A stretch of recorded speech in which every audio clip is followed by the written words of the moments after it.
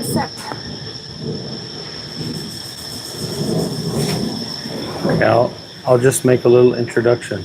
Yeah, sure. So hello everyone, I'm here with Siale Katerina from Switzerland. She is a disciple and a follower of Thabarwa, Sayadaw Gautama, who I've spent a lot of time with, and is, we can say, the higher teacher or the overseeing teacher in the practices that we do together. They're very informed by the teachings of Sayadaw Gautama.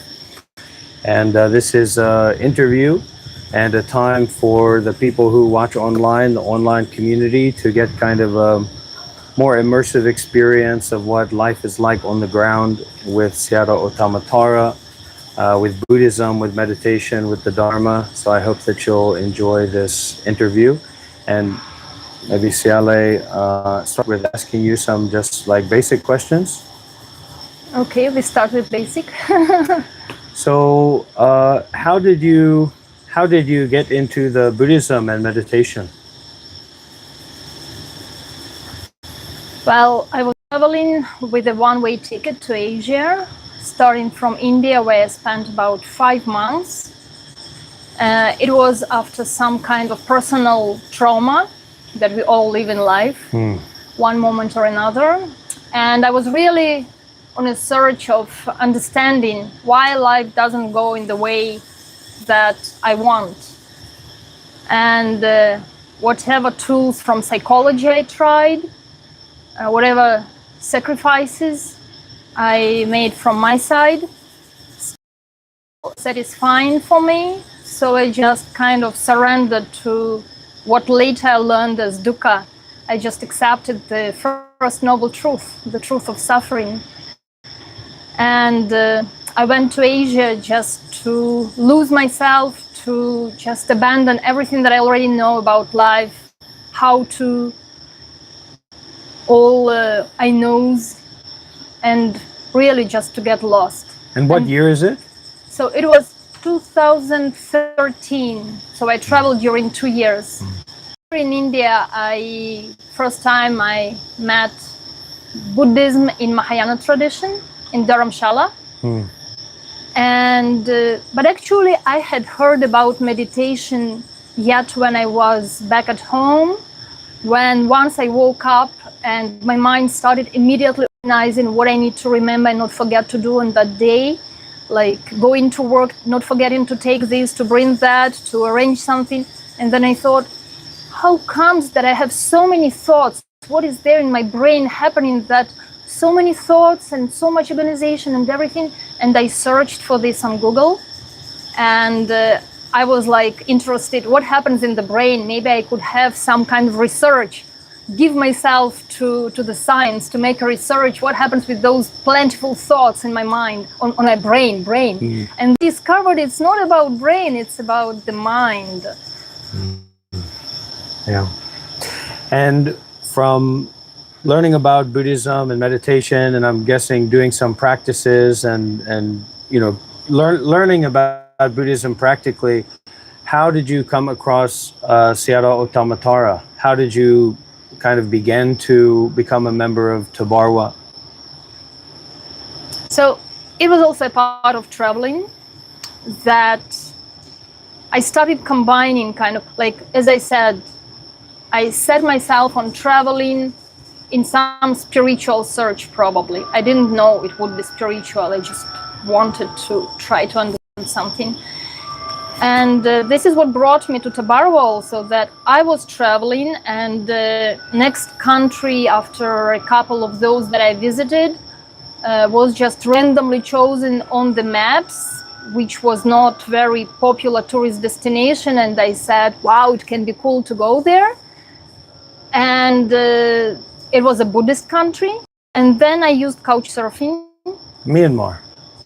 Yeah, also. And no, probably he wasn't there anymore during your time, Calvin, the German guy who became a monk. So he already became a monk when you appeared. So he left Thabarwa. He didn't become a monk with Thabarwa. So Calvin was on couch surfing when there were no yet foreigners, just coming and going, just a few. And he was inviting foreigners to Thabarwa through couchsurfing. You know about couchsurfing, right? Yeah. Right. So I just came like this randomly to get to know the place where you can stay among monks and nuns, some adventurous experience, and practice meditation, which I already had learned a little bit. Like maybe I had one theoretical course in Tushita Center in Mahayana, and then I had one practical course in Kopangan in Thailand for about 7 days. Vipassana Kind retreat? of Vipassana, yes, Mahasi style. 7 days, not very serious ones, just half an hour sitting, 45 minutes sitting, and lots of theory, very easy course. And then I just came like this out of traveling, a cool place to visit, like a fun place to discover for a traveler, and also connected to meditation, which I already started being interested and loving. And I came just maybe for 3-5 days, and knowing the conditions of Thabarwa Tanlin, which are not so easy, I might leave quite early, probably. But I stayed with Thabarwa for the whole time of 28 days visa because Sayadaw went on a trip, and foreigners could join for free, going, seeing, visiting all places in Myanmar. You know, this was romantic. A trap. Beautiful this trip, was a very good trap, for a traveler who is traveling like without limit of time and with a budget which has limit. So going anywhere for free, discovering with local people, like you're guided, you're taken everywhere, you're fed, entertainment of Dhamma is there.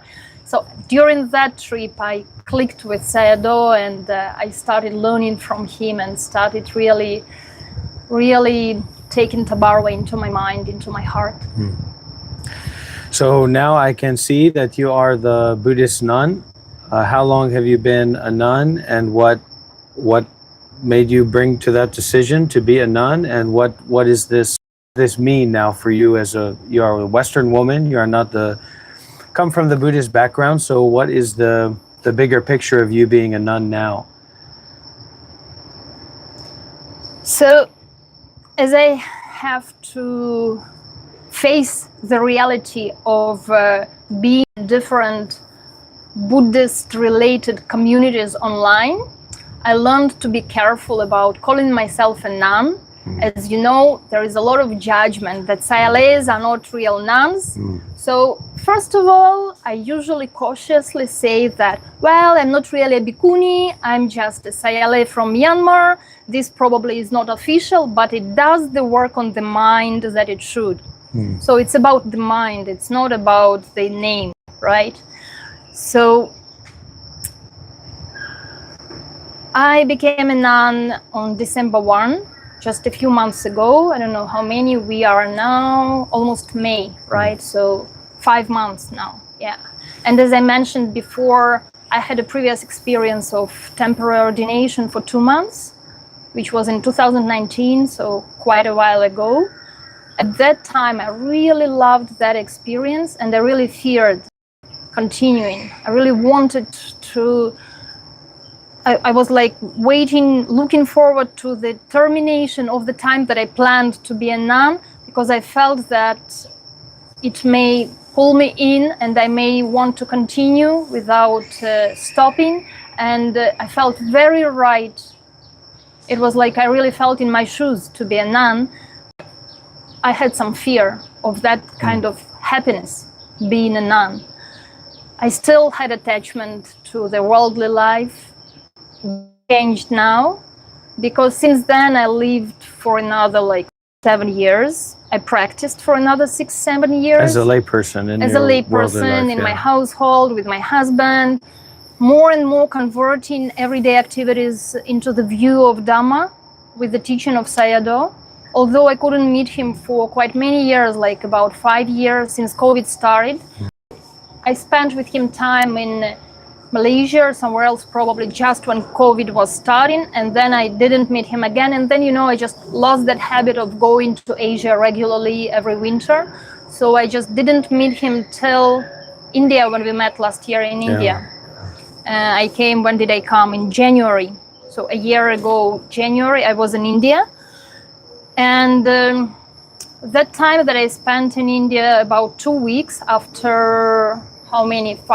years not seeing Sayadaw in person, sometimes meeting him online only, it gave kind of a push to my practice of Dhamma, which appeared with some experience after I left. Like he left for traveling, going somewhere else, and I stayed for some time in India waiting for my flight back to Switzerland, and I had some intense experience of Dhamma. Yeah, I wanted to ask you, would you characterize that push as pleasant or enjoyable? This wasn't an intentional push. This was a push happening naturally. I mean, I spent time with Sayadaw. I heard more of his explanations of Dhamma. You don't feel like it came from Sayadaw? No, Sayadaw continued teaching the way he teaches. Yeah. Like teaching everyone, not specifically me. Yeah. And I just got through that gap of 5 years that I didn't have his direct presence, and still tried to follow what I remembered, what I knew, mindfulness with detachment, and kind of the ever-changing impermanent nature. So, and doing good deeds, as much as I knew, as much as I remembered. Now, in his presence, I could feel more energy into it, and I could share his power of detachment. I could use his power. So this was the very natural push that just made me practice with more awareness of what I'm practicing. And I had a week of time before my flight back to Switzerland, because the trip with Sayadaw was supposed to be longer, but always changing, and then it was shorter. But it seemed to have been just right enough for me to continue practicing and to have some insights into Dhamma, which made me want to come and join in America, the Vasa in America. And not only, I will be honest to you, same as I came to Thabarwa in 2014, enjoying free meals, free community. Same, going to America, I wanted to see another type of Thabarwa where you can be comfortable in life. Oh my goodness. You learned that actually Tanlin's probably better than Thabarwa in America. Well, no, it's the same Thabarwa. You think it's pretty much equal?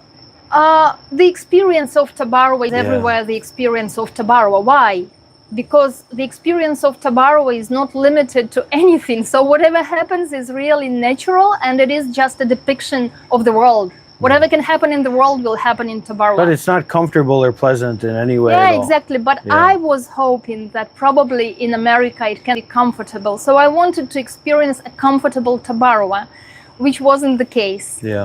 So, but this was one of the ideas to follow Sayadaw for Vasa. Of course, my Dhamma experience, but also the second idea behind. Still the attachment, the mind of craving, and all those senses.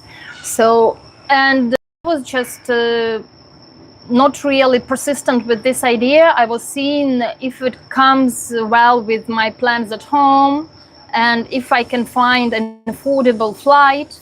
So to join for the Vasa, So I joined only for 5 almost last weeks, 5 weeks only in the second part of Vasa.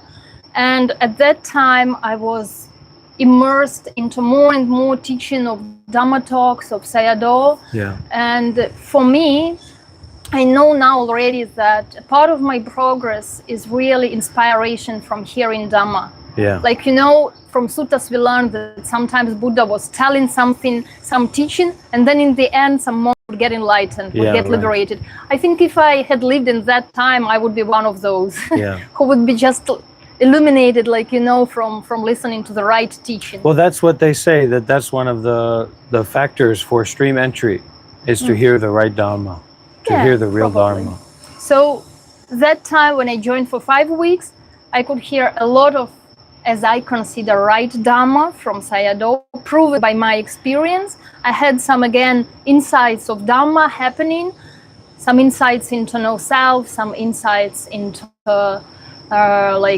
really impermanence, the impermanent nature. And this struck me a lot. And when I shared the experience with Sayadaw, and I shared to him this inability to cross the line and really detach from self, Then he said that I need to ordain, and I need to ordain seriously without any second thought of making it a temporary ordination with some idea of the ending date. And I told him actually that I was going to ordain temporarily, maybe coming again to Asia in the following winter. But then he told me I need to ordain just as a next step for my Dhamma practice. Just really to develop strong attachment on my mind, to remove someone and something, which are a big part of our circular life, of our worldly life, like as lay people. And this was already like the last week of my stay in America before my departure. Oh, you ordained during the end of your time with Sayadaw in America? No. This was when he offered that I should do like this. Okay. Yes. And of course I said, no, Sayadaw, no, it's not for me, not yet. During your first week? No, it was exactly the last week. I came to Vasa for 5 weeks. So during the first month, I was having all different learning of Dhamma and experience of Dhamma and more understanding, coming to him, clarifying my... Ordained during that first month? No. Oh. At all, I didn't ordain in America. Oh. I ordained later. But it was the time during that Vasa that created the experience that brought me closer, and Sayadaw recommended that I should ordain. When I started reflecting on that, very like this, like snap of fingers that from no, it's not for me, not yet, to yes, probably I should. So just yesterday he told me and they said, no. And already today I started thinking maybe I should. And then a few more experiences when I could see his actions, so his talks telling about his way of doing things, when I strongly felt about his great good deeds and great abilities and unlimitedness, and I felt myself so limited, knowing it's right to do, feeling that it is good for me too, good for my benefit and for the benefit of others, and I just don't dare doing this. So I felt myself like really so small next to him, so great. And it was like a turning point for me. And then just another occasion that he involved me into his peace mission a little bit. And there I felt I can be useful. I can be doing something for someone who is doing such great things in the world. And this made me feel that this gives the real meaning to life. And this gives the growth, and this gives detachment from what is wrong and unnecessary. So those things just shaped themselves all together during about like 3, 4 days, 5 days, when I started having this idea and the determination that probably I'm going to ordain. But I was understanding that I had my flight back to Switzerland. I needed still to come to Switzerland. I was still married. I still had like household there. So I knew about impermanence, about anicca, about anatta. I knew that once I get back to my habitual life, mind can change. So at that time, I kind of felt that I might want to ordain, but I didn't still say it at all. This is the first time you ordained, or is this time you ordained? This is about this ordination that I'm telling you, yes. So, and then once I came back to Switzerland, I wanted to check my mind, that I'm kind of stable on mind and I really want to ordain, although I'm back home with my comforts and with my style of life. And you came to Vietnam from Switzerland. Is that right? No, I came to Vietnam from America. So you are missing somehow the steps. I'm telling you now about the time which was almost a year ago at the Vasa time, which was till October for me. From July. You were there for 5 months from to Sayadaw was there, but I came for 5 weeks. Okay. I came for 5 weeks only. I was studying with him, practicing with him. I got the idea to probably ordain. I went back home.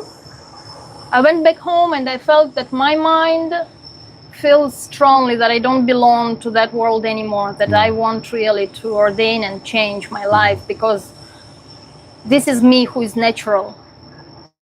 And living the lay life, I always needed to adapt myself and to diminish a little bit the understanding and the conversations and whatever.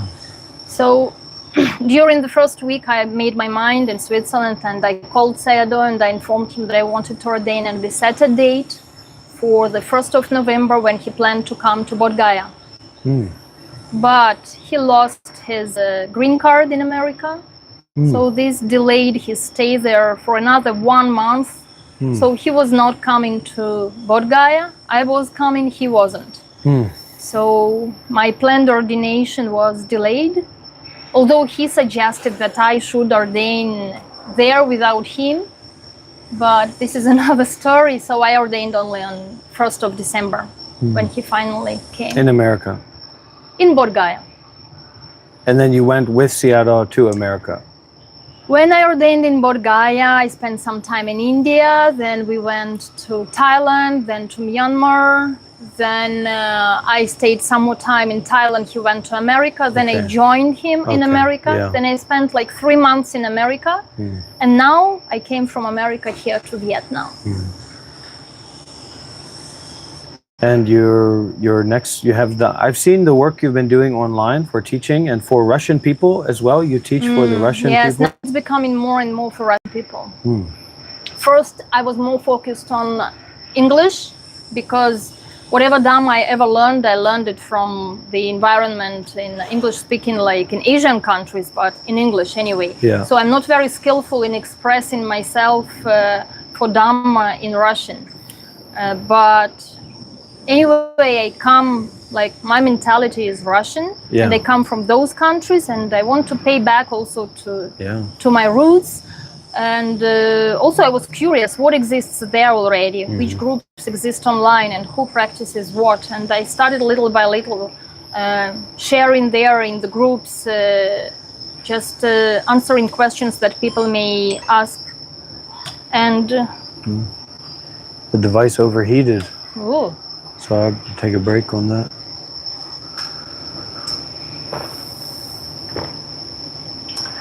So how was it in America? I saw that you were really involved and working with Ellie. Well, previously Ellie was there, and also this woman, American woman, right? A new nun, you mean? Yeah, the new nun. Yes. We all are there. Like we are not many yet, but we are a few foreigners who are more or less stable now. Yeah. Around Thabarwa, yes, and we are starting kind of.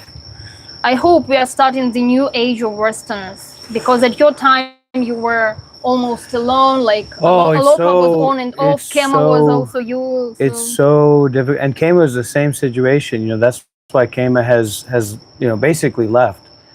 She still follows Sayadaw, believe in Sayadaw, but practically she's left because it was like that for so many years. And then she went to do this project in southern Italy.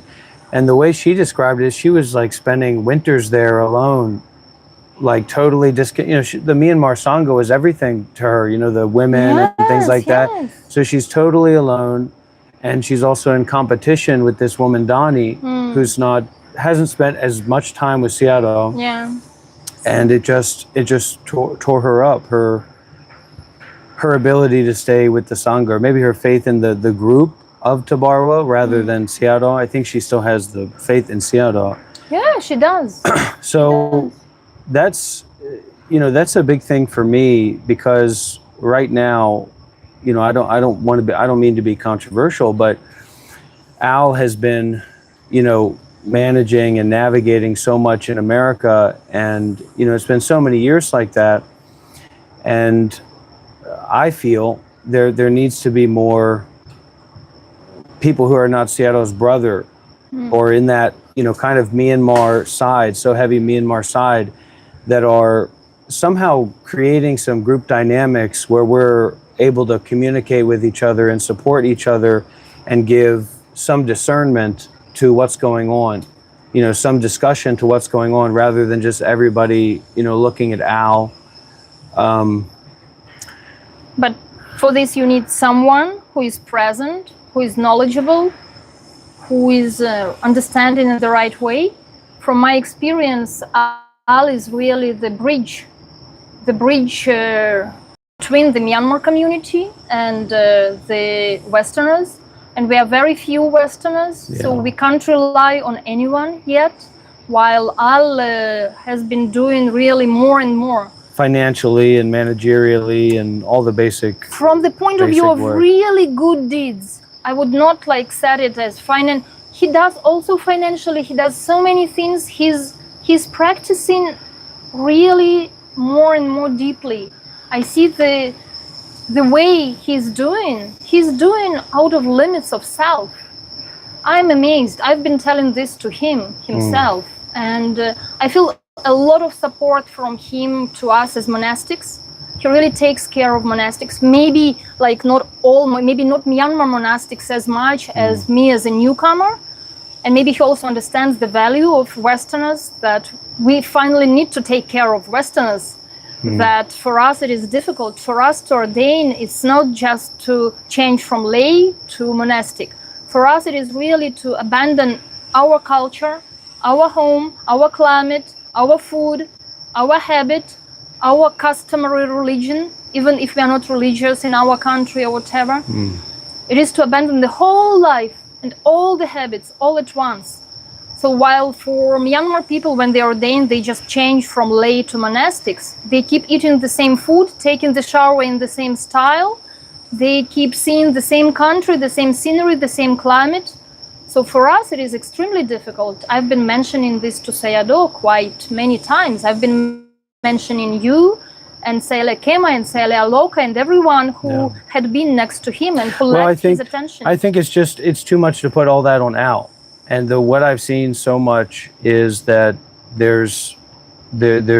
he has so much weight on him, he has so much responsibility on him, that it's just difficult to have a conversation like this, and also to see the value and the practicality of me and you having a conversation like this, or me and you and Ellie and this nun. I haven't met her, I don't know her, in creating a space where Westerners can come into in a conversational way. Because what you're hearing right now, I totally agree with, and that's the bitter truth, right? But in terms of bringing people in to start being a Western donor, right? A Western donor doesn't need to use a toilet that has a bunch of old feces in it. You know what I mean? As a yogi or as a meditator, we do have to, or as even a volunteer, we have to go through that. And, you know, for me, it's like, I can't just tell everybody to go talk to Al, because he comes from a different background. He has all these responsibilities. And for me, and I know this has been going on for a long time, there's not any real container for Westerners, with Westerners, that we can rely on each other to bring people in, you know, because it's like someone's coming across you, and now you have this total burden on you to represent for everything that Thabarwa is, and explain everything that Thabarwa is for them, and that can't be explained, you know. And so it's like you either have to tell people to become a monk or a nun, or go to Bodh Gaya, India, you know, or just go and join this retreat like we've done. But that's not practical for most people, and it's difficult for them to key into that.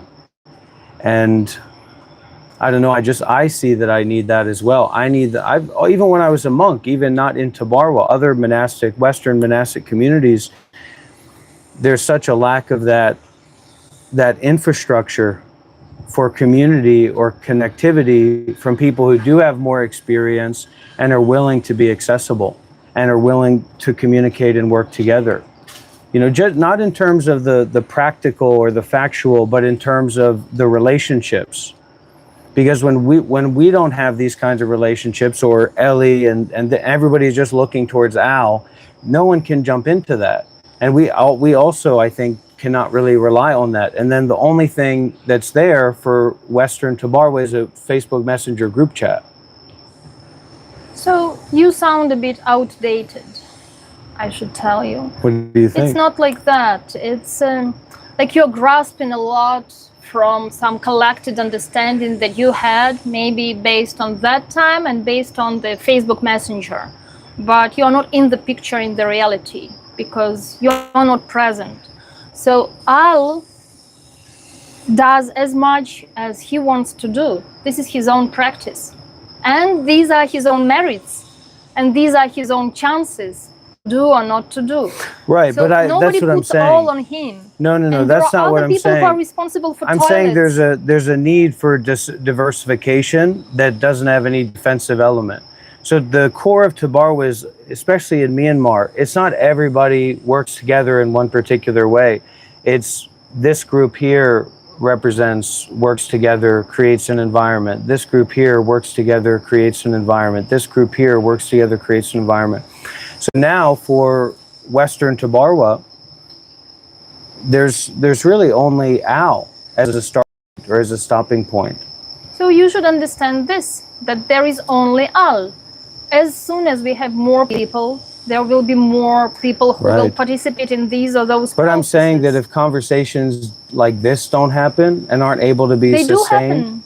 Yeah, but not able to be sustained, and like that this has value, that this is the value of Sangha, these kinds of conversations. We have those conversations there. There is a group, and we do have kind of, and they, even I just joined, they do have those meetings and they do have those conversations. And once I came in, I felt that there is a great bunch of things happening actually behind the scenes that I wasn't aware of. They are managing things, they are taking care of things, they are involved in the processes. It's not a this or that situation. It's not they're doing this, we need to do that. It's that conversations like this are valuable. Conversations between me and you, that's not enough. It's always doing more and more. So it's not like saying, well, those conversations take place, so let's table it. Yeah. But it's understanding that these kinds of conversations, like conversations between me and you and Ellie, this none over there, and these happening in an active paradigm, an active dynamic, a practice of doing that and sharing that with other people is precisely what Thabarwa is. That's what Seattle's always doing with Myanmar people everywhere. But if I look online, I can't see any conversations like that happening. Of course, because not everything is online. Of course, but that's what most people are going to be able to connect with Thabarwa is through online, through sharing, through your platform, this is my what I platform. said. It seems like probably you're lost in what you knew from your personal experience and from what you can learn from the Facebook groups. But there are other groups where you are not a member in, and there are also other activities which are not on Facebook. And you are speaking now about something which sounds like the air, while things take place in the present moment when something needs to be done or to be discussed or to be planned or whatever.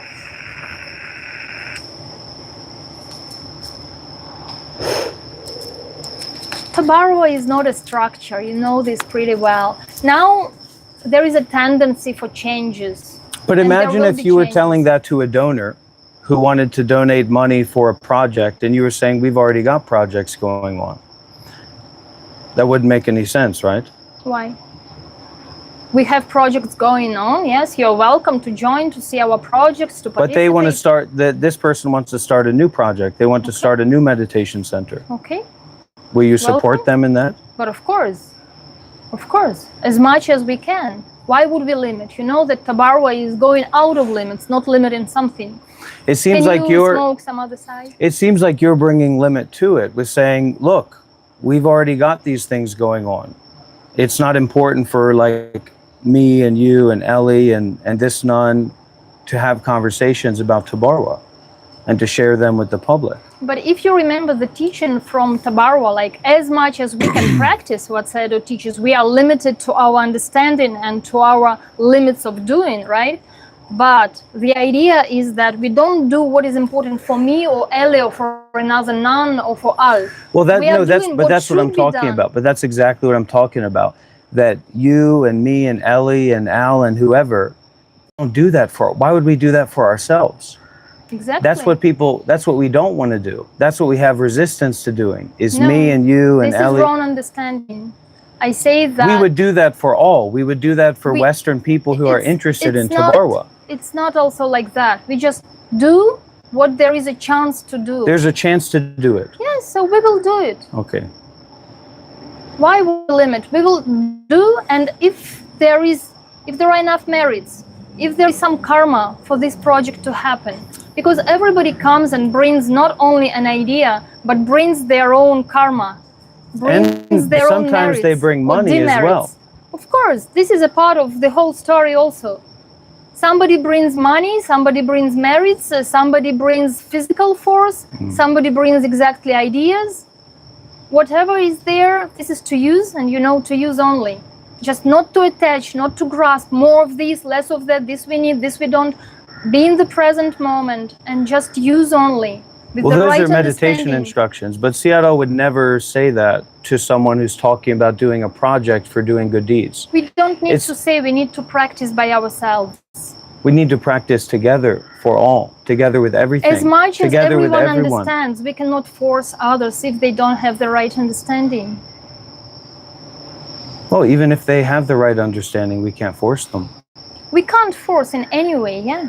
Right. So we develop patience, we develop trust, we develop whatever. There are paramis for us because others are just like decorations, They bring the conditions for us, for our karma to ripen and happen.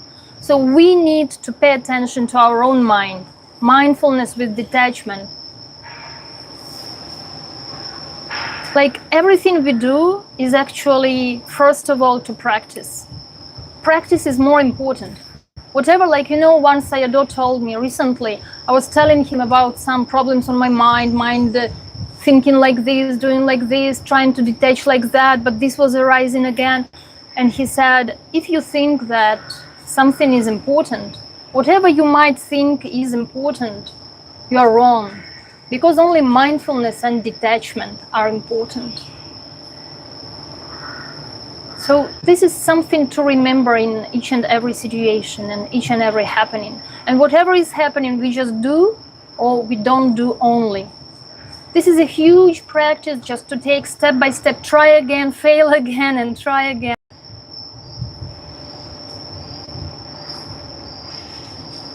Thabarwa gives a lot of opportunities for this practice, and he repeats again and again the teaching.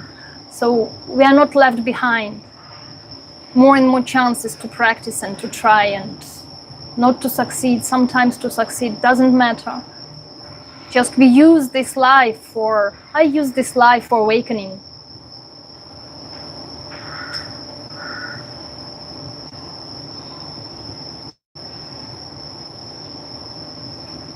Are you lost or inspired and contemplating? No, it seems to me that this is, there's maybe a conflation with too much fixation on this idea of wisdom rather than applied wisdom. Where is the fixation? Well, so like I was saying, if there was somebody who, let's say a Myanmar person in Myanmar, they were coming up to Seattle because they had a lot of money and they want to build a hospital, and they want support, they want to be able to do that. Seattle would never talk to them like that. That would be ridiculous, it'd be insane. Seattle would find every single person who could help, and he'd try to bring them in to collaborate and to work with that person in their intention of doing good deeds. You see what I'm saying? So when I say, like, let's, that I have a big audience, that I hope you have a bigger and bigger audience, and that the value of Thabarwa is in the community. It's not just in Seattle, it's not just in you, it's not just in our personal experience. So that is a kind of collaborative effort, right? Thabarwa, cooperation, communication, offering mutual protection. And that what I'm bringing up is not a challenge to what's going on, but an invitation to do more good deeds together without limit. Right. So, yeah. I just felt like maybe you thought I was criticizing what's going on in some way. I just see that what I can see, not criticizing, I see you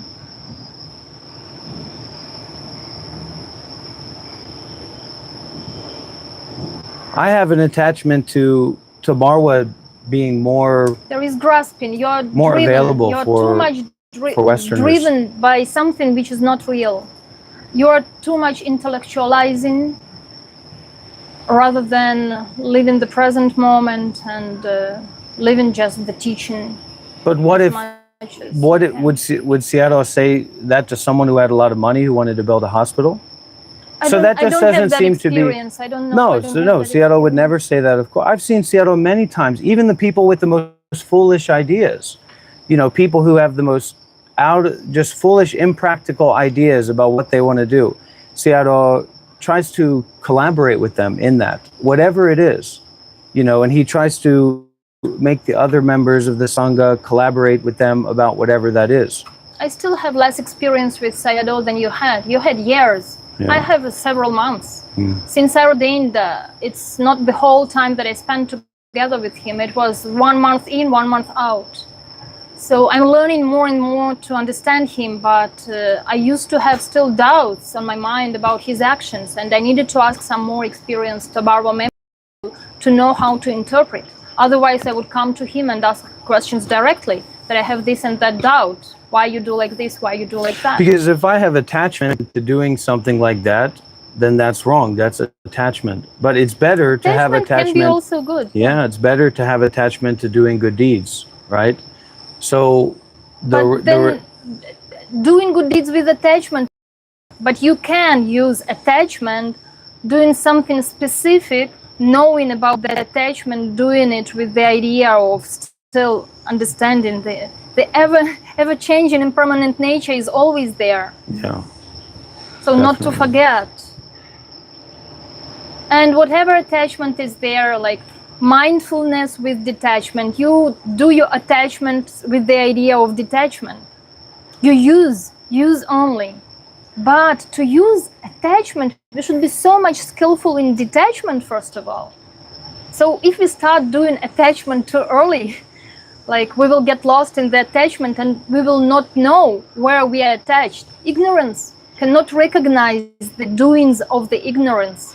Only the mindfulness with detachment can spot out where the ignorance is acting and then take the roots out. But ignorance itself doesn't know what is done by the ignorance.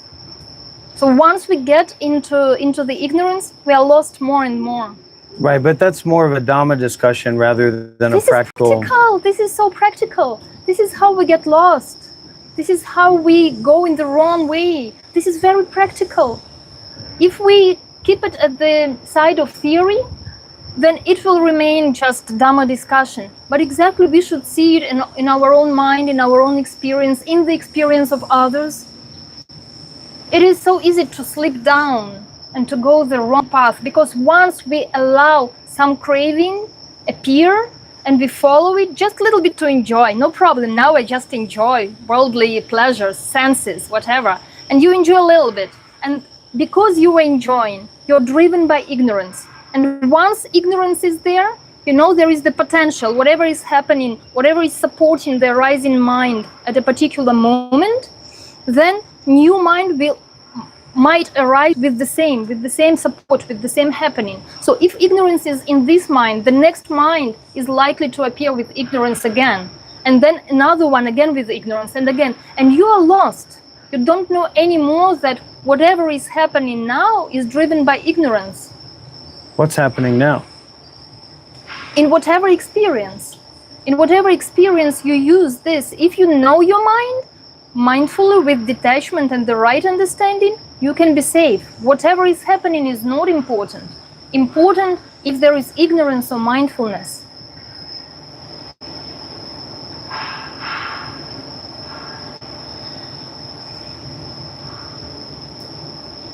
It's a good idea, but might be correct in terms of the Dhamma. But in terms of doing good deeds without limit in all kinds of different ways, it's very limited. Because a lot of different people from a lot of different angles will come to be a part of Thabarwa, to volunteer, to be a donor. And if you kind of chase them out the door with telling them to detach, you know, and giving them a lecture. As I told before, you don't have to tell anything to anyone. You have to practice by yourself.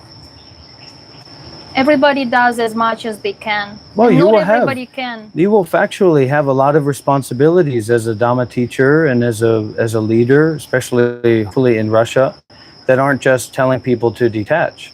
You know, it's like, and see, that's the part of what I think is that Westerners need to pick up the pieces about, because it's very easy to hear these things and get the wrong idea. Like, if it was just the language itself, then, you know, Thabarwa Tenlin, that volunteer group, they wouldn't have thought that Sayadaw was teaching some kind of free love anarchy, where they don't have to follow precepts, they can drink, they can do all these things in Thabarwa Tenlin. You know, that's how the volunteer organization kind of collapsed in itself. But this is not what we are teaching.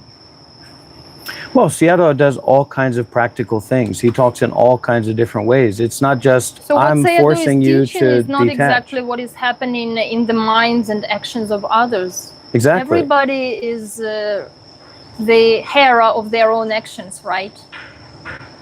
Everybody is responsible for their own actions, physical, mental, and verbal. But we can go beyond that in our willingness to do more and more good deeds together. Yes, but doing good deeds is just an action of doing. Most important is the action of your mind. So we are directed to do good deeds because this is the way we can spend daily our life, using this life in the right way, not wasting this life.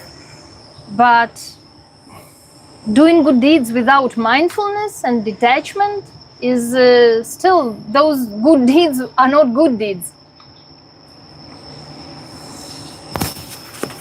Like, they're good deeds, but this is the wrong doing. Mental action is most important. Can you press the button, or the power button, and hold it? I'll let you do, Yeah. to make sure. Here we can switch. Okay. Huh? But this one, does it clip? It should have a clip on it, or does it not? Can you push for me? Maybe just Here, something. it's this one in the back. The other side.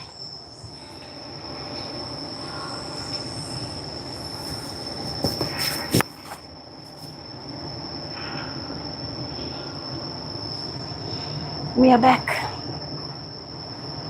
It's so hot. This couldn't keep recording. Wow.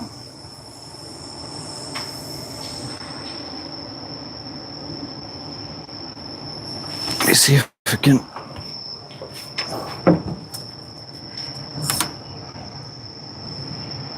You can cross film from the other side, or I can put mine on the other side. Oh yeah, you're right. It's there. I cross film here.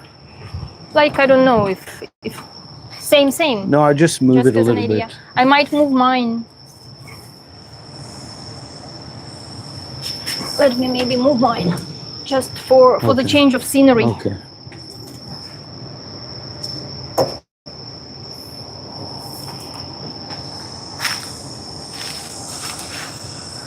And a larger scape. Here we go.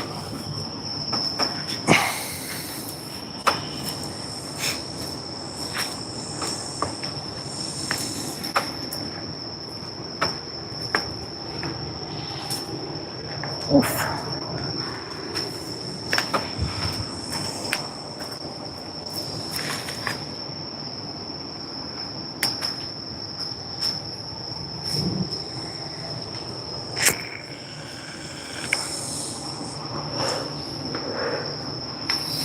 So now, what is your next plan for? Are you going to go and stay at another Thabarwa center, or? I'm going to join Sayadaw for his Malaysia Dhamma trip. Okay. That's like 3 weeks, right? Yes, which is going to take the time of May. And then I have kind of June, which is still free from plans. And then we go back to America for a month. And then there is the Vasa time in Myanmar. And you will go. You will join. Kind of, yes. It seems to be, planned like that.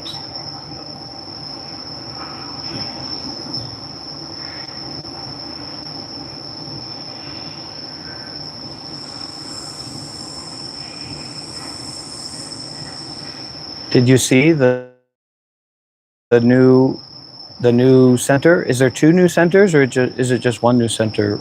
I could see one. Like there are always new centers. Yeah, but you mean in Myanmar? No, in America, the Vietnam, the Orange America. Grove or something like that. That Cindy is. Yeah, no, I couldn't have a chance to see it. Not open yet. Like I guess it is open. But, it was opening just the day that I was leaving. Exactly. So like not much activity yet, and probably when we come back, then we will start something. So only one. Meanwhile, only one new, and then we have a land donation where we are going to construct a new big center. Like, in Texas? No, also in LA. Okay. Wow. Like in LA. It's not in LA already, I guess. I don't know. I'm not very good in America in geography. In San Bernardino. It is. Sounds like California. Redlands. It is California, yeah, but I don't know if it is still Los Angeles or not. It's like a 1 hour drive away.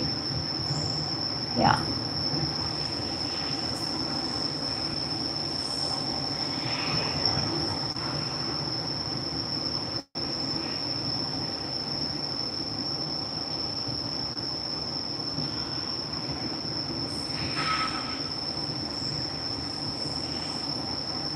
My experience that I've gone through many times with Seattle that eventually led me to disrobing was always having this experience of Thabarwa that was mainly horrible, mainly just more intense, clear, unavoidable, unbearable suffering.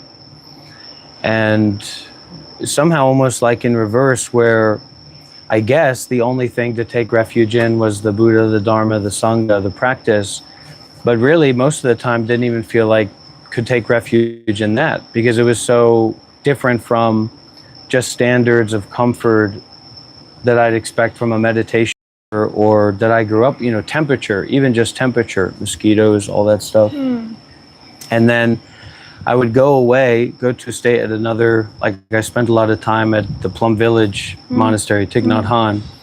And then I would always get this idea, I want to be involved with what Seattle is doing again, because there's just this sense of there's so much energy there. And I'd say, okay, now I'm prepared to be not disappointed, but I know not to have any expectations. And then somehow that experience would always exceed my not having expectations. But which experience? Any time that I would go back to join Thabarwa, any trip, any would exceed, and of course put you out of your determination. 100% every time. But can you see that whatever was happening was actually happening in your perception and in your mind? So we should kind of reflect and wisely understand that whatever is happening is our own experience. It is not what is happening outside. The outside just brings us what we have, what defilements we have on our mind. Otherwise, we wouldn't experience it in this or that way.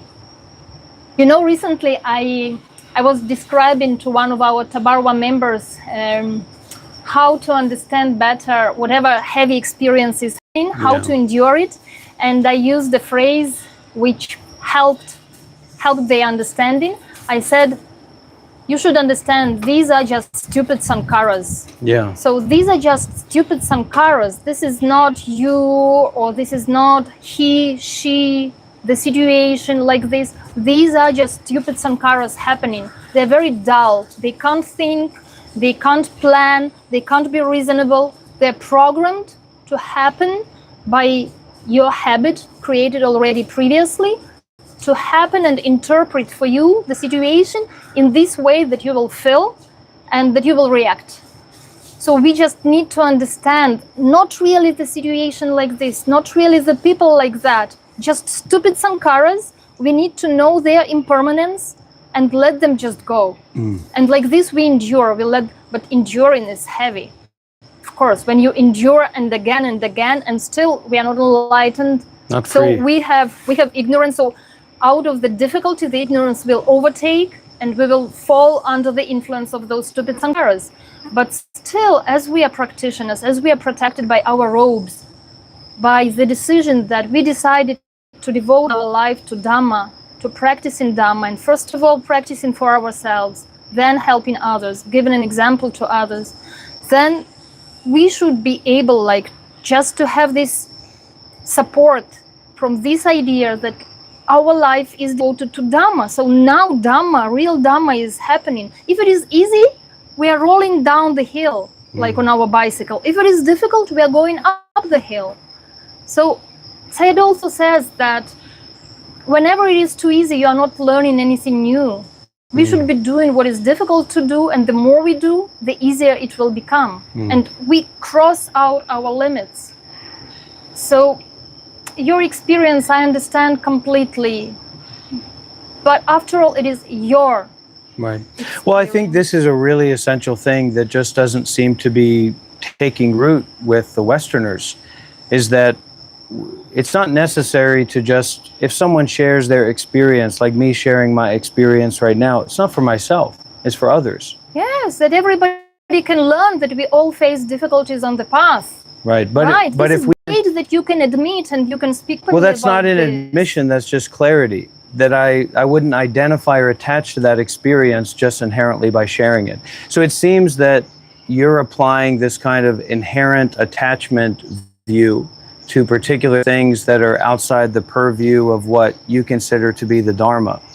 But in Thabarwa, there's such a practical aspect of what Sayadaw does. His missions, the vision of Thabarwa is so practical. It's building hospitals, it's creating shelter, it's feeding people. It's all these practical things where someone like you coming in and saying, you just have to detach, you have the attachment, doesn't have any place.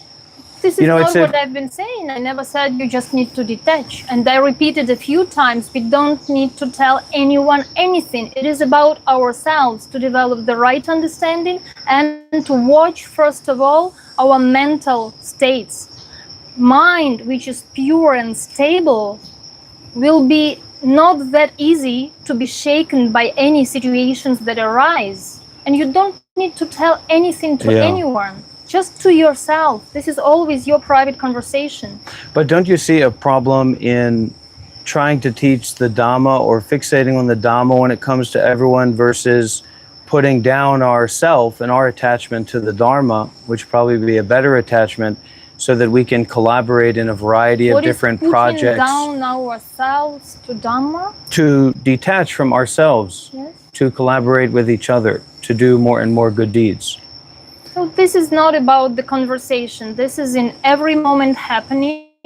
We practice and apply according to our ability, according to our skillfulness. We have to go beyond our ability. If you just stay with your ability, then you won't make any progress.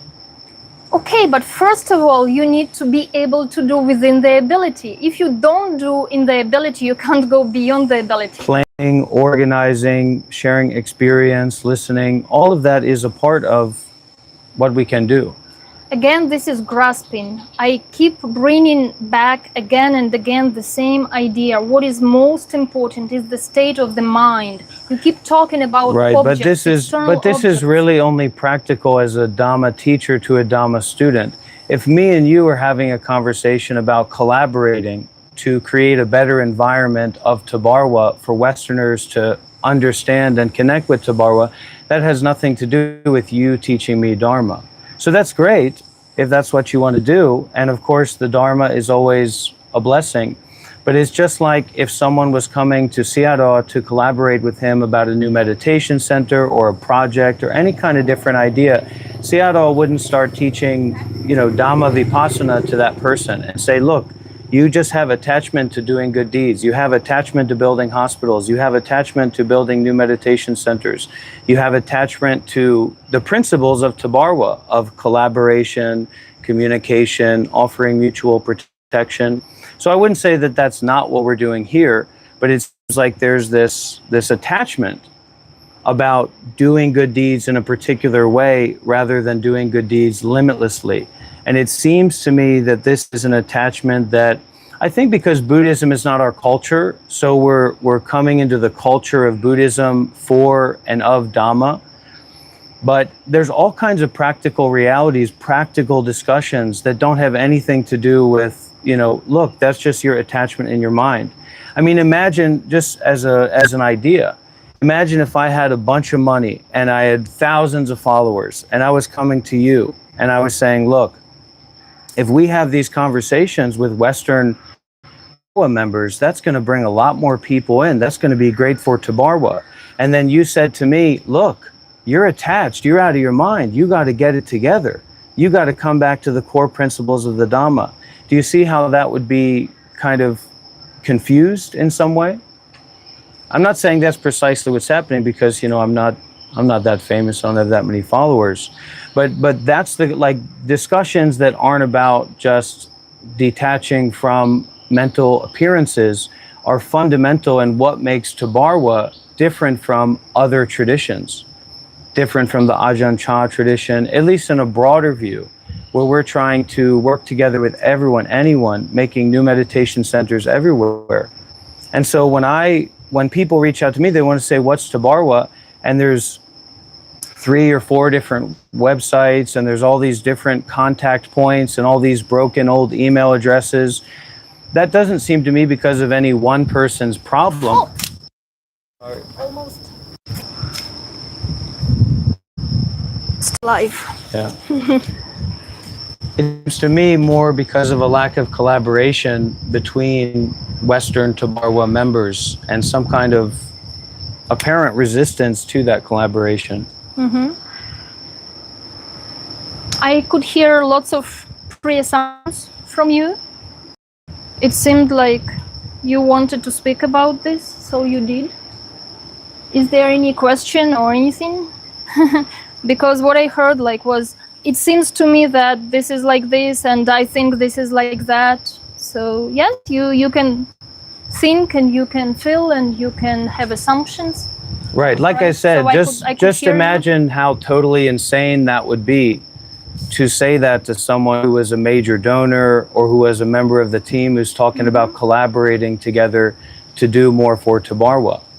So it's almost like it feels like an attack on my supposed ego, when all I'm saying is that Thabarwa doesn't have an online presence for Westerners that's not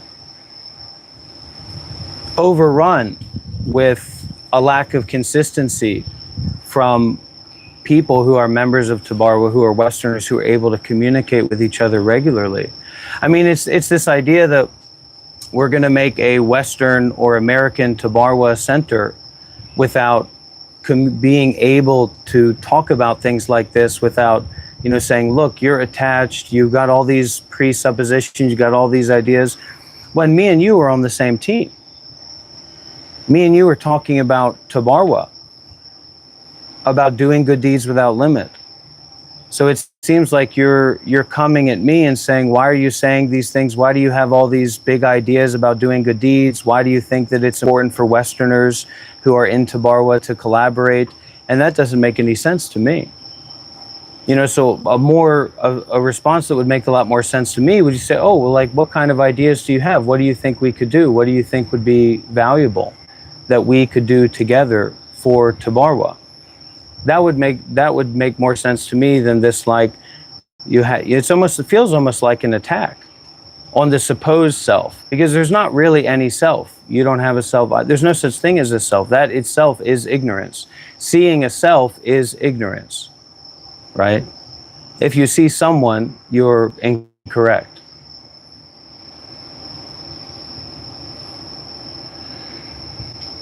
Do you agree? With which part? If you see someone, With you're this incorrect? Yeah. If you see without knowing, without detachment. Didn't Sayadaw talk to you about incorrect, that? Didn't but- Sayadaw tell you you have attachment to knowing? Didn't Sayadaw Sayadaw- tell you about that? I still didn't finish answering what you just asked. You want me to jump already to answering the other question? Well, Which one do you prioritize? Well, I try to adapt to your rhythm. Well, if Sayadaw did say that, you know, then that attachment to knowing. If The I attachment have, to if knowing. I have the attachment to knowing, That knowing is incomplete. Attachment to knowing is incomplete. if Sayadaw told particularly that knowing is incomplete, Yeah. knowing is incomplete. Because I this is a don't- different style yeah, I of don't of remember, vipassana, right? Yeah, The I don't- knowing only. I But don't Sayadaw remember. doesn't teach knowing only. Sayadaw teaches only knowing only, exactly. This Really? is what he teaches. Well, he teaches only. He doesn't teach knowing only. So he would teach not knowing Knowing only, knowing only, doing only, not doing only. He teaches only. He doesn't teach it knowing only. So he teaches knowing only. Under the umbrella of only. The same as you just were given an example of knowing someone as real or not real, as true or not true, as right or wrong understanding someone. So exactly, just knowing only, which means knowing that this is not something and someone permanent, but still not rejecting, still using. So knowing only. If you say knowing, you know with attachment. But if you know only, it means you know with detachment, just using only. Not rejecting, not attaching. Correct. Yeah.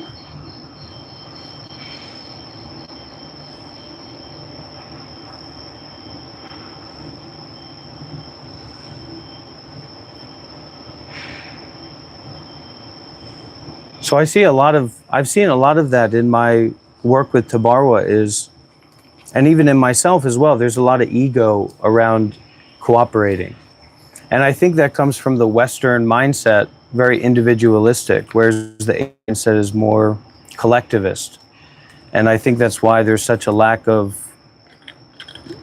Western established Thabarwa community. You know what I mean? Most Westerners, I mean, we have to be honest about that. Most Westerners who would show up at like the Thabarwa in LA, and even a lot of Burmese as well, they say, look, this is ridiculous. This is totally inappropriate. Totally not comfortable. You wouldn't agree? I should tell you honestly that in this conversation, like you don't really need me to participate because you are like participating in the whole thing by yourself. You're given many assumptions and you're not referring to what I'm replying, because whenever you continue speaking, you just ignore whatever I said and continue saying in the same way, and even telling me as if I said so and so, or as if I think so and so. So I don't really see my input here. So it's a bit difficult for me to relate to something. So if you can be more particular, like what you would like me to talk about, to answer, to respond, and then listen to that, and then apply in your conversation with me what I'm saying, then it makes sense. But otherwise, whatever I say, you still continue. Well, I have to detach. Yourself. I have to detach. I have my own mind. Your mind is not my mind. So that's the collaborative effort, right? I just say that I can't know. I'm losing the thread because I don't see the responsiveness, and I don't see that whatever questions you ask to me, that you take the answers. You don't have to believe the answers. You don't have to follow the answers. But if you ask to give and I'm given, just take it and put it into your conversation. But what I feel is happening is that you're not putting my answers. You continue insisting on what you think that I think. What do you think that I think you think? What you are saying, what I'm hearing from you. Repeating the same ideas, no matter what I say differently. I mean, I may say for myself, for my experience, for my mind, right? So, but then if you ask question, I reply to that question according to this experience. But you continue still saying what you think, what I think. You don't take what I give, what I really think. But that's what we have to do, right? We have to detach from this. We have to detach from ourselves to be able to collaborate with someone else. If you can't detach from yourself, we can't work together in doing good deeds. The same with anybody else. The more that we're able to detach from ourselves, the more that we can work with each other doing good deeds without limit. It's not about understanding someone else's mind, because I can't understand your mind, you can't understand my mind. And it's also not about being perfect, like having a perfect dharmic response or dharmic view, because that's irrelevant. A lot of the times in Thabarwa is the dharmic view. Dharmic view for me is more, it's embodied practice. It's not about what you say. I mean, if you're in the position of a Dhamma teacher and a Dhamma student, then it's more practical, yeah. I'm trying to be in the position of the one who shares according to my experience. I don't have the experience of being a teacher. I have experience of practicing Dhamma and sharing Dhamma, because Sayadaw invites us always to share. At all his Dhamma talks, when he finishes, he tells us, please share your experience, share your understanding. So in that, I have some experience. Also, just driven by my own experience of Dhamma, I really also want to share. I can be emotional in this. I can be really explicit in explanation of some Dhamma understanding and experience naturally. So also due to his teaching and opportunities that he creates, and also to my own nature, I can be sharing, but I'm not yet in the position of a teacher, especially that you don't come as a student to me. If somebody comes as a student and really wants to learn from me, this will automatically put me into being a teacher, and somehow probably I will take that role because I'm getting ready for that. And maybe it's time. And But can you detach from the created truth while also using it? This is what I'm working on, on and off. Yes, I'm not fully. That's what I've heard. So what I've heard, not about you, but that to get the glimpse, Dhamma glimpse, fairly easy, not difficult to. Just like you can empathize with the Dhamma, you can empathize with mindfulness and detachment. Not you, but anybody. But to develop discernment, right? Like this capacity to do like Sayadaw does is like extreme difficulty. And that's where my inner frustration can come in sometimes, because I think it's so difficult to develop that discernment, and that discernment is what's necessary for us to collaborate with each other as Westerners for Westerners. Because it's great when the Myanmar people are collaborating together and trying to support these people that come in that are drug addicts or don't have much experience at all with Dhamma. But if there's not that kind of core of collaboration with Western Dhamma practitioners under Thabarwa, then those people, it's almost like they don't have a chance. Same even if you're a monk, you get all this food, Myanmar food or Buddhist food, but that's not really our. It's like a lot of the ego, a lot of the psychology needs other kind of foods to be, like community, like people that can speak your language, people that can empathize with your upbringing, your environment. And so this, for me, is very, very practical in terms of building real community. Not like a structure where community is possible, but it's not really flourishing or happening, especially in Thabarwa. So that's what my main thing in interviewing you is, trying to bring together this kind of, and because this is precisely the kind of the connection that keeps people in Thabarwa rather than leaving, and allows more people to join in. It sounds like you still care for Thabarwa. Of course. Yeah. Yeah. You I'm want recognized. To be, you still want to be a member of Thabarwa? I'm recognized by Sayadaw as a meditation master. He recognized me at the Vasa retreat in Hanoi. During the 3-month retreat in Hanoi, he say me and Bodhinyana, meditation masters, in front of the group. So this also is the aspect, right? It's this hyper. Well, that's what Sayadaw said. Changing, yeah. That's what Sayadaw said. Maybe it was said. for that day. He wanted you to just a meditation master for that day. Maybe. Well, whatever, but everything is changing. That seems to be the problem, right? Of this fixation, this fixation on Thabarwa in America being Al, or this person or that person, or these things that are already happening, when really the diversification is what's essential. The more that we can diversify, you with Russian students, maybe Ellie become a Siale again, and that we can work together in our diversification. I think Al's probably too busy. Are you going to join for Vasa this year? I don't know. This is a great chance if you want to do together, as you said. You need to spend time together with us. Yeah.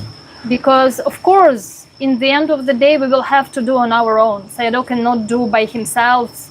And as many centers as he's opening, especially in the Western world, we will have to be present at those places, and he will have to do other things. Yeah.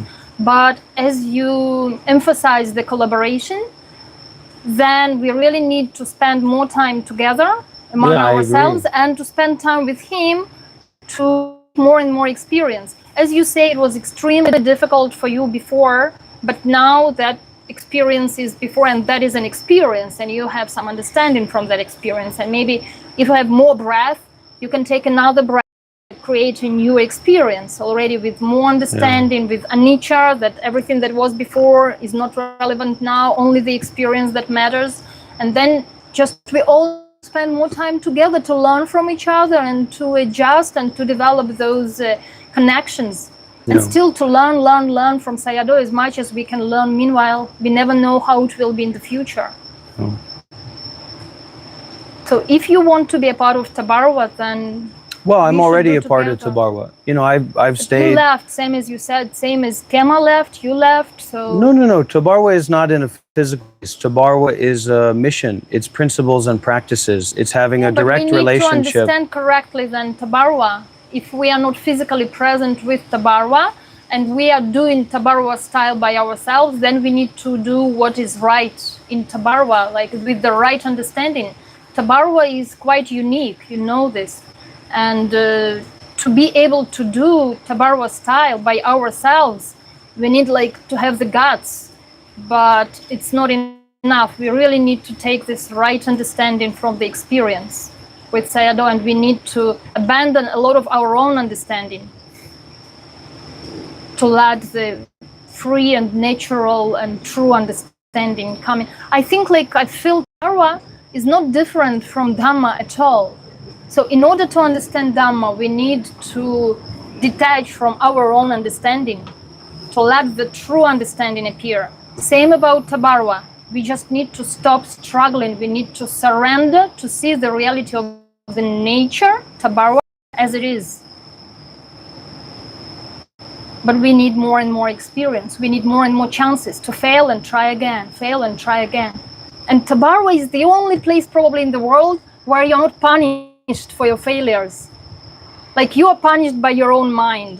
If you want to be perfect and then you don't succeed, then you punish yourself. But nobody will punish you in Thabarwa. The leader of Thabarwa, Sayadaw, will not punish you. He will only encourage to try and do again and again, like nowhere else in the world. So this is the place where we can try again and again.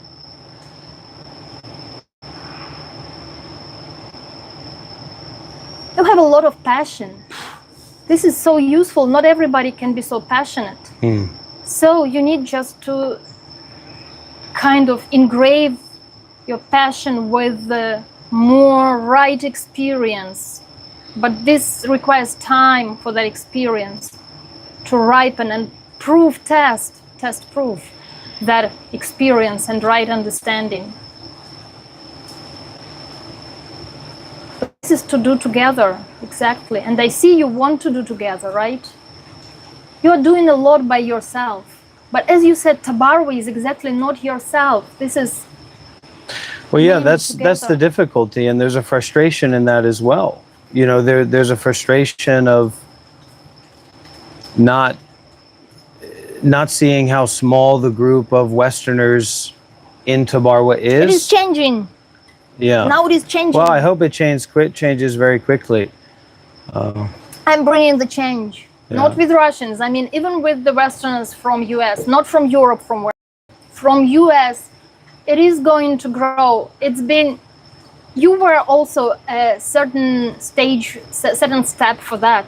A step which was necessary also. Your investment, your doing good deeds with Thabarwa, your endurance as much as you could endure, it created some merits for some Westerners, right?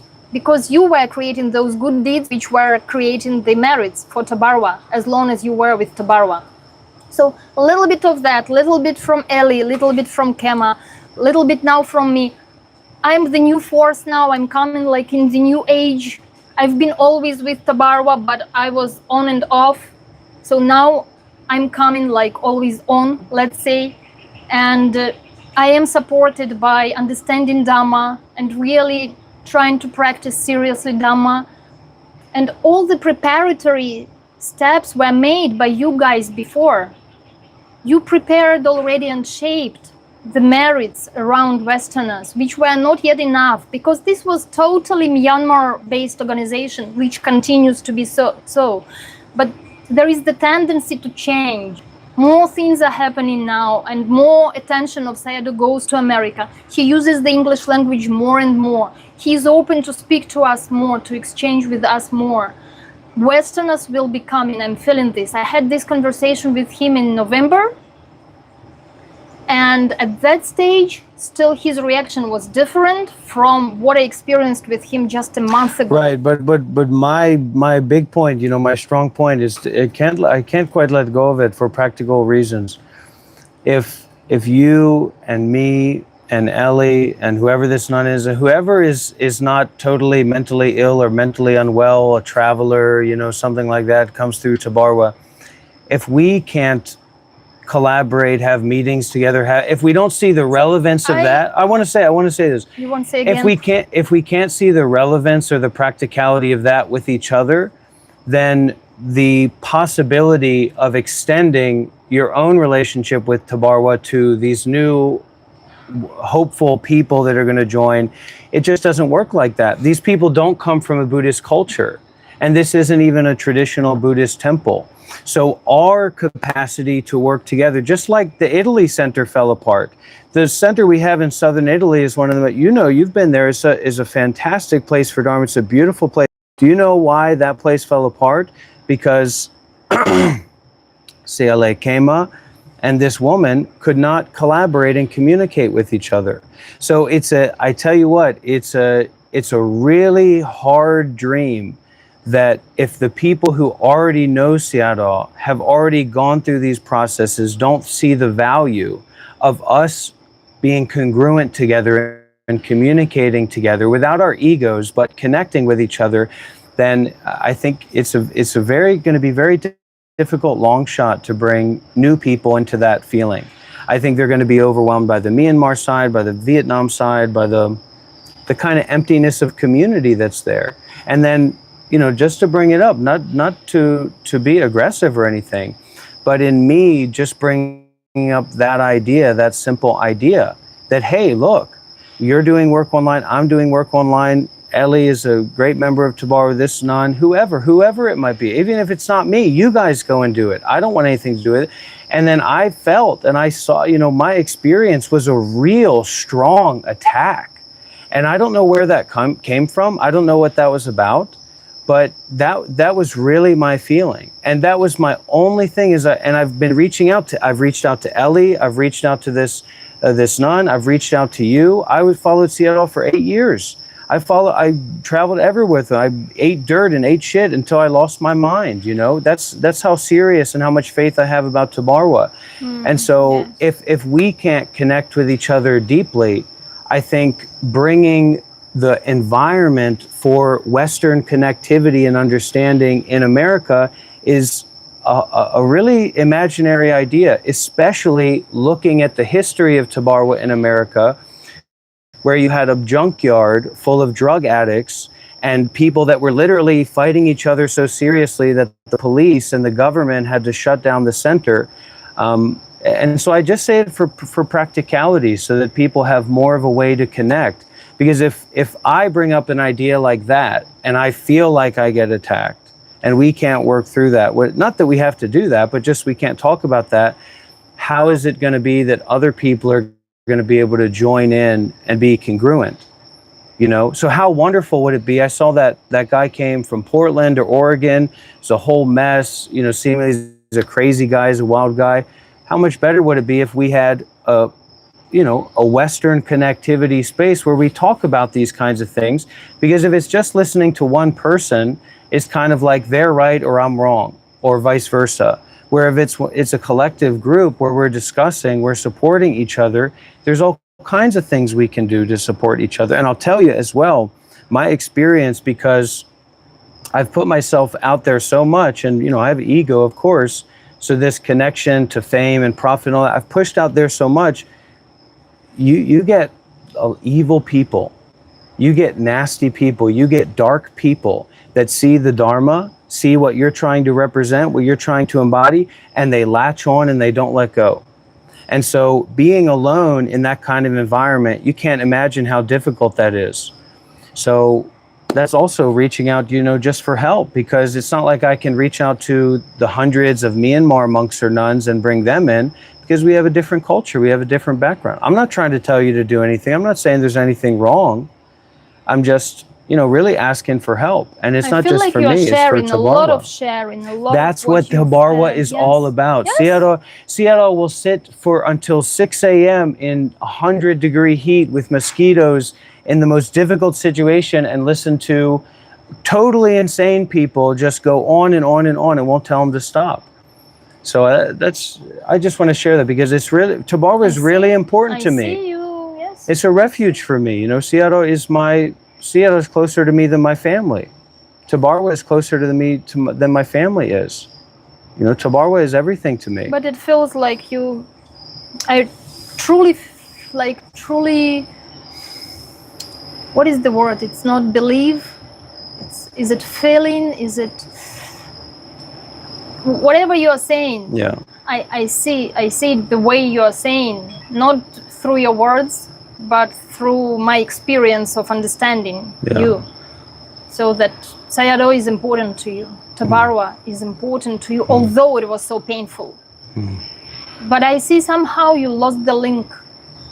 I think that's the problem. I think that's the problem exactly. So you can't be supported by what is so important. No, I think that's the problem exactly. It's a miscommunication about working together and supporting each other, and then going back to this weird ego thing about I lost the link to the bar. It doesn't make any sense. I gave very simple things that I just said that were not convoluted or complicated. I said, if you want to... Your camera said beep. Did you hear? My gosh. Well, if we're building let's say you're going to be the head nun of Thabarwa in America, right? So you're going to have to work with a lot of different people. You'll probably need support for that. And if the Western members of Thabarwa are less connected than they could be, these are principles and practices. You're putting this onto like a personal thing for me, when I'm not talking about it as a personal thing for me. I'm sharing my experience. I'm the most successful. Please, Siale. I am the most successful Western community builder for Thabarwa. My students have become nuns. My students have donated property. My students have donated a lot of money to Thabarwa. Okay, and a lot of things like that. Okay, hundreds of people, Westerners, have come through Thabarwa through me. So I'm not just sharing this as I'm some wacky, crazy guy. I'm a part of Thabarwa. You know what I mean? And it seems like if you can't communicate with me on a fair level of working for Westerners and working with community for Westerners, it seems like there's some, I don't know, there's some ego attachment there, whether it's for me or for you, I don't know.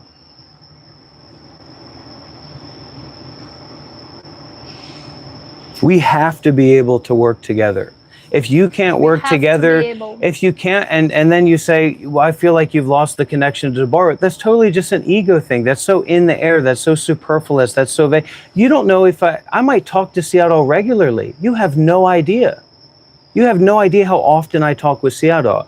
So saying that is totally just an ego thing. I'm sorry to put that out to you. You have no idea how often I talk with Seattle about what I do, about how my meditation's going, about the different donors and how they're collaborating with him. You don't know.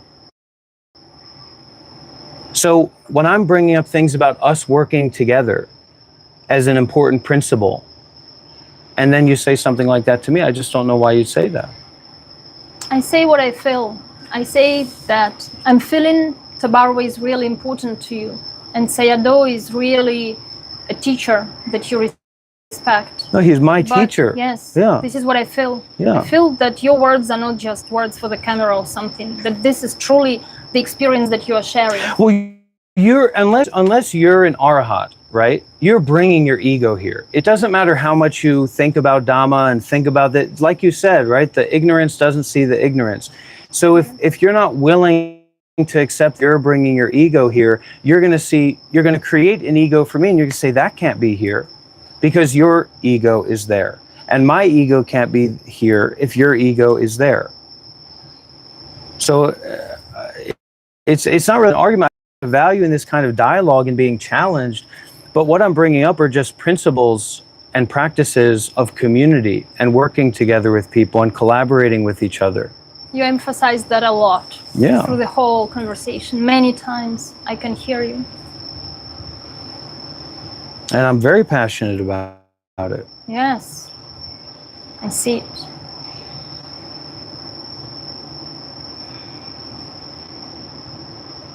But really, you see your own mind.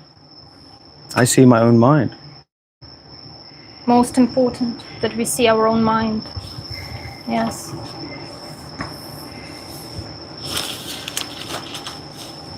But the constant judgment and all of that all needs to drop, you know?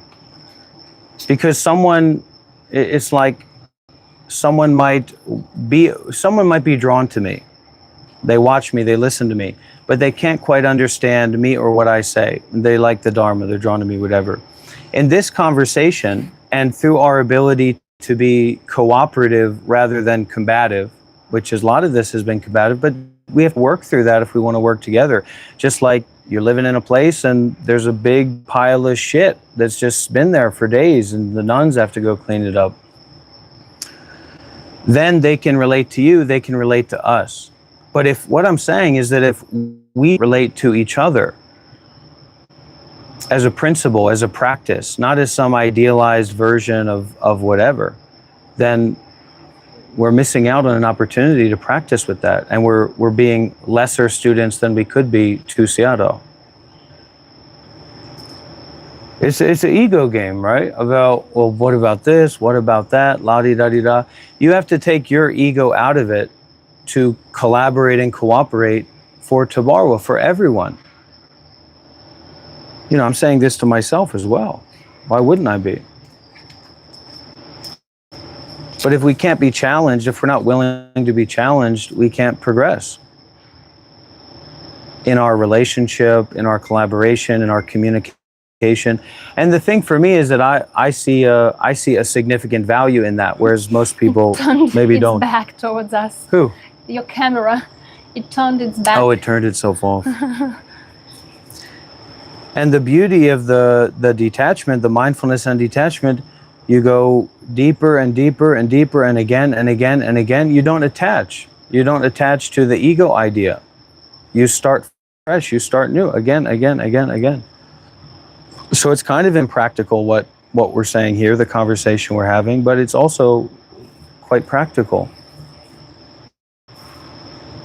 There's only 4 people for American, for European Thabarwa in America, right? 4, 5 people. I don't grasp. That has nothing to do with grasping. That's a practical statement of fact. Like, yes, but I mean, in the present moment, now there is just 2 people. The present moment is just a time thing, right? I know what you're saying. There is no problem to solve, right? So I don't speak about something just for the sake of speaking. Do you give just for the sake of giving?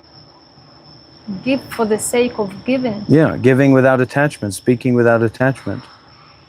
There's all kinds of different things that we could do. There's all kinds of different possibilities. I'm practicing, practicing as much as I can, trying to be mindful in the present moment, and then to remember the right teaching, the teaching of Dhamma.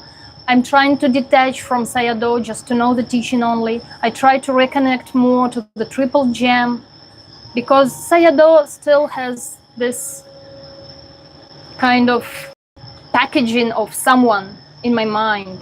So I try to detach from that. But you realize he has to do that, right? Because you No, can't. I'm talking about me and my way of practicing No, Dhamma. but he literally has to do that. He No, has nothing. There is nothing to do with what he does. I'm telling you about my practice. So for my practice, I try to use Dhamma more than using Sayadaw as my reference. I'm changing. Before I was seeking for refuge in my mind in Sayadaw, taking his power, taking his knowledge, taking his success to reinforce myself.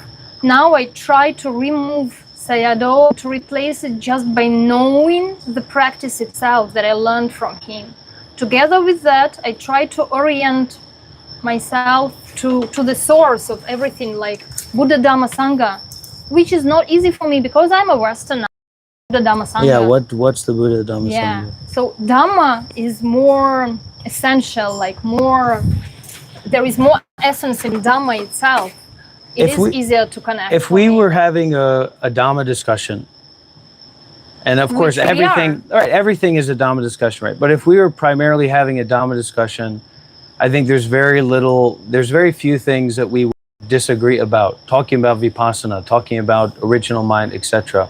I think so. As much as I heard your teachings, yes, but we would be speaking the same. Yeah. But what I think is that you're going to have to, or you are. I don't know if you're choosing to do that. If you're going to choose that, but taking more of a practical role in Thabarwa, in leadership, in working with communities, working with organizing. But exactly, to be practical. Now I'm also practical.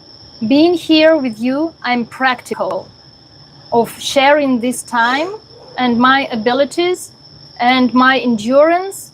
I'm practical at this now. Talking about some potential situations, this is not practical, this is theoretical. How can you say that? With Thabarwa's mission. My mouth and saying, with Thabarwa's mission, how can you say that? Seattle's building hospitals, he's building meditation centers. He's not building them at the level of words, he's building them in the present moment. But it would seem to be that it's an arbitrary distinction between words or something else. Yes, I see the difference between words and actions. You don't see that words are also actions? Words are probably closer to mental actions than physical actions, I would say. Okay, they are also actions, but hospitals are not built by words. They are when the donor shows up and Seattle talks with them about the practical things and then has hours and hours and hours and hours of meetings about those practical one step dynamics. After another, but in the present moment. Now I'm practical about being here in this conversation with you. But isn't that an attachment? I'm trying to follow this conversation with you, which I admitted already is not easy because I'm losing the thread sometimes with you and I'm not finding my place in this conversation. But still I see that you need me here to converse. But I feel that you are conversing by yourself. You are giving your assumptions and then you're kind of replying by yourself from my side and then you're continuing again to say from your side. So sometimes when you make those pauses and still kind of invite me to say something, I try to figure out what I can say. Like I may say, I do have things to say about Dhamma or whatever, but I try to figure out what I can refer to in the whole long monologue that you develop. So I'm telling you, this is kind of challenging, but I'm practical, trying to collaborate beyond my skillfulness. I'm not sure how it goes. I'm not sure what will be next. I'm not sure what I can say, what else. Like, I'm not sure in anything here because this situation is not very logical, I would say, for me. For my, like, you say we are Westerners, but still I'm with that Soviet roots in me. You're American. Those are already also huge differences. So you're going to force the American meditators to march? I'm not talking about that. Maybe this is a joke and we are supposed to laugh now, right? So, I mean, if we compare ourselves to Myanmar people and Vietnamese, let's say Myanmar and Vietnamese are one group and we are another group. Yeah. But if we are sitting here together, I say that it is a bit challenging for me to follow your you're happening here, but I try to fit in, because you are right. Collaboration is important, and we should not limit ourselves to good people or bad people, right understanding or wrong understanding, older or younger, monks or nuns or lay people. We should be able to collaborate with everyone. But I don't see this. I see this basically, and I mean, in a very small way, I can see the benefit in this for myself, you as a Dhamma practitioner having this conversation, but primarily I see this benefit for others. I'm not looking at this from the view of like how me and you are able to figure everything out or follow each other's logic, but more people who are observing or receiving this, who are interested in Thabarwa. People who know to learn, definitely they can learn a lot from this exchange. Yeah. Yeah.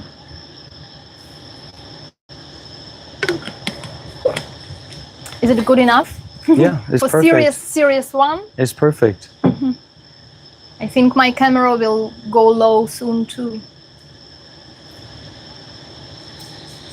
My first experience on YouTube. Yeah. Streaming, imagine with you. So the other thing you can try, if you want to, is if you go live and you turn vertical. Yeah. Oh look, a lot of comments. Some comments, Just one long comment. But if you turn and you do vertical, then if you do that regularly, then it will be pushed out to more people. So like you see when Seattle has like a lot of numbers on his live stream, it's not just because people follow the channel, but it's just people who are on YouTube and the channel is being recommended to them. Recommended because it is vertical? Yeah, Let's it won't see the be comments. recommended. Maybe there is something that we need to act on now. Where do I find it? Press that button over on the left down. This done? Yeah, comments. And then live chat. Live chat.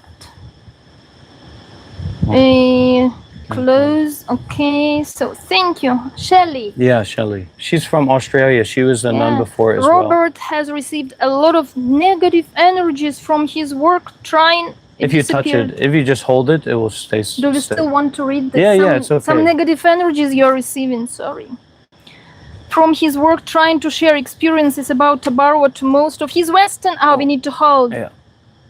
Robert has received a lot of negative energies from his work trying to share experiences about Thabarwa to most of his Western followers. I have always thought of him as part of Thabarwa.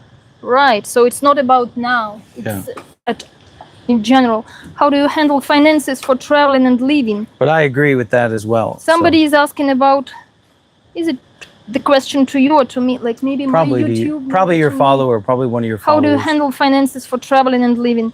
I rely on Dhamma, as we say, and meanwhile, my Dhamma representative, in the beginning, it was more, are you sure you want to stop stream and cancel? So, for quite a while, it was my husband who supported still some of my trips in the beginning. Not anymore? Not anymore. Really? Because kind of we are detaching, we should separate. And yeah. He's supporting like... at the support, which is the last support that like really if I want to escape or if I want to like I'm really in bad situation of health or something, like now I go to take dental care, partially I have some donations and partially I have to pay myself. Also, for example, sunglasses I asked him to buy because mine was broken. Is he not Buddhist? Does he not understand much of what you're doing? He supports me a lot while I was practicing as a layperson. My husband was supporting me a lot physically and financially and at the level of experience. And he supported me to take this decision to ordain. And he's supportive if we come to Europe and to Switzerland to establish the Thabarwa there. Yeah. He's going to support, I believe, also financially, also like physically to be present there for us. But he also understands, and I also understand, and he said that there are limits. Lay people live with limits. Yeah. We also live with limits, but we learn to come out of limits. So he says also there are limits. And I rely on Dhamma and my practice, but as a new nun, I haven't yet invested a lot in Dhamma to have free support from anywhere and everywhere. Yeah. So meanwhile, Thabarwa supports my travels. Thabarwa pays my flights. Yeah. and monasteries provide shelter and food wherever we stay. And whatever donation I receive, I give to Sayadaw. Especially in America, there are many supporters from the Vietnamese community, but I consider it important to support Sayadaw in what he's doing, because he can do it more smartly than I can. Well, I want to share, because I know that CLA Kema was doing that for a long time. Like I think most of her years following Sayadaw. I think even at one point, she received like $10,000 during a retreat from like a major Vietnamese donor. So she gave it all to Sayadaw, but then she like didn't have any money to take care of herself. And I don't know if and then I think she was like also hesitant about asking Sayadaw for help. So just to keep in mind with some bridge of that. This is also kind of a practice to give, a practice to ask. Yeah. The mind is involved, and you can see all different states of mind involved into that. And again, we don't grasp that it will always be like this. Maybe it will change the way how money comes and goes, and the donations. Well, that's what I see with donors. I'm new, and for me it is now appropriate to give to Sayadaw, and then to ask him where he would like me to go, where he sees it will be best for me to stay at this time. And whatever we choose, I may disagree, but I will follow, because after all, I chose him as my preceptor. I trust him, and I follow his way of teaching. Well, that's what I see about donors or volunteers as well, because there's a sense of trust that's necessary to create, especially for Westerners, because they don't have this Buddhist idea of donating to monks and nuns, that if people can see two people or a group of people trusting each other, that gives them more space, more freedom to trust as well. Yes, for sure. Minds share, right? Sayadaw always says minds share. Yeah. So if we have that confidence on our minds, they will also feel that more. Right. This is the job to do. This is step by step. Yes, we should be working on that. Especially now when we are just starting and developing and getting new Westerners. This is a responsibility of those who are already present to do like that. Like I should be doing like that from my side.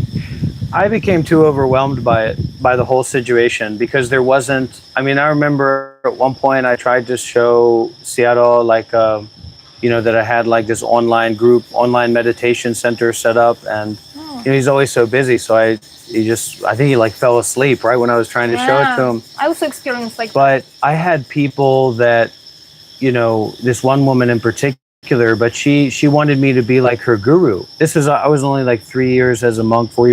She wanted me to be like her Maha Guru or something. I also have someone like that already. And I couldn't deal with her. I couldn't deal with that energy, because I wasn't comfortable with it. And then I tried to connect her with Sayadaw, but she wouldn't listen really fully to what Sayadaw said. And then, it kind of all fell out. And I just needed so much more support to be able to stay in robes that the donors or the students could not give me. Whenever I would think of ordination, I didn't think it would come so soon. I thought it would be later, like after 50, after 60, maybe I would be ready. But it happened now.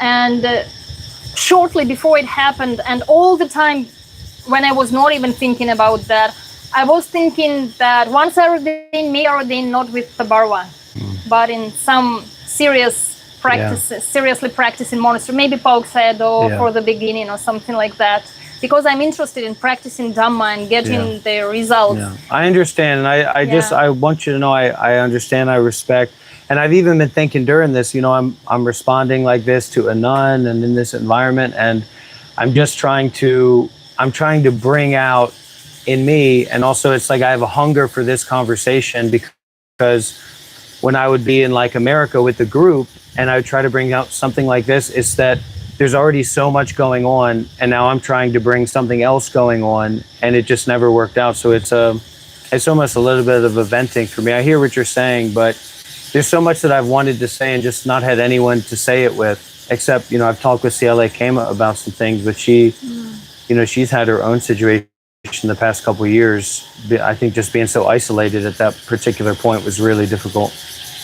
So I hope I don't offend you, CLA. I really very grateful for your time, and what you're saying is also true. I'm just kind of playing not the devil's advocate, but like just trying to bring a different view, because I know how much those other views come from other people as well. And that is a mission in me also. I just wanted to say that whatever you live through, whatever Sele Kema lives through, Sele Aloka lived through, my experience, I was thinking I would ordain later and with some other preceptor. Yeah. But karma, it is solely karma, for sure karma, that put me to ordain with Thabarwa Sayadaw Ashino Tamasara. This is our karma, to be with Thabarwa. So whether we want it or not, whether it is comfortable or not, we have to live our karma. We have to endure. And on the one side, it is extremely difficult and challenging. On the other side, we are so fortunate to be once near to someone so special. We are too special to see, too special to digest. Too special to breathe normally near to, right? Yeah. So it is very challenging for us. But what does it say about us? It says something special also about our paramis and about our endurance and about we are near to someone and we are at the beginning of this someone growing bigger and bigger. Yeah. So it is advantageous to try anyway to value this, appreciate this, and endure this and grow with this and be a part of that. Yeah.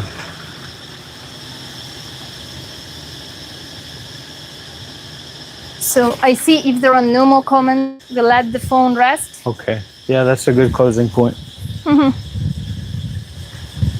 So lift like John. Yeah, it's okay. What a blessing this meeting. Yeah, Shelly. Thank you for your support. Okay. So to stop this thing, I go. Are you sure you want to stop streaming? Okay.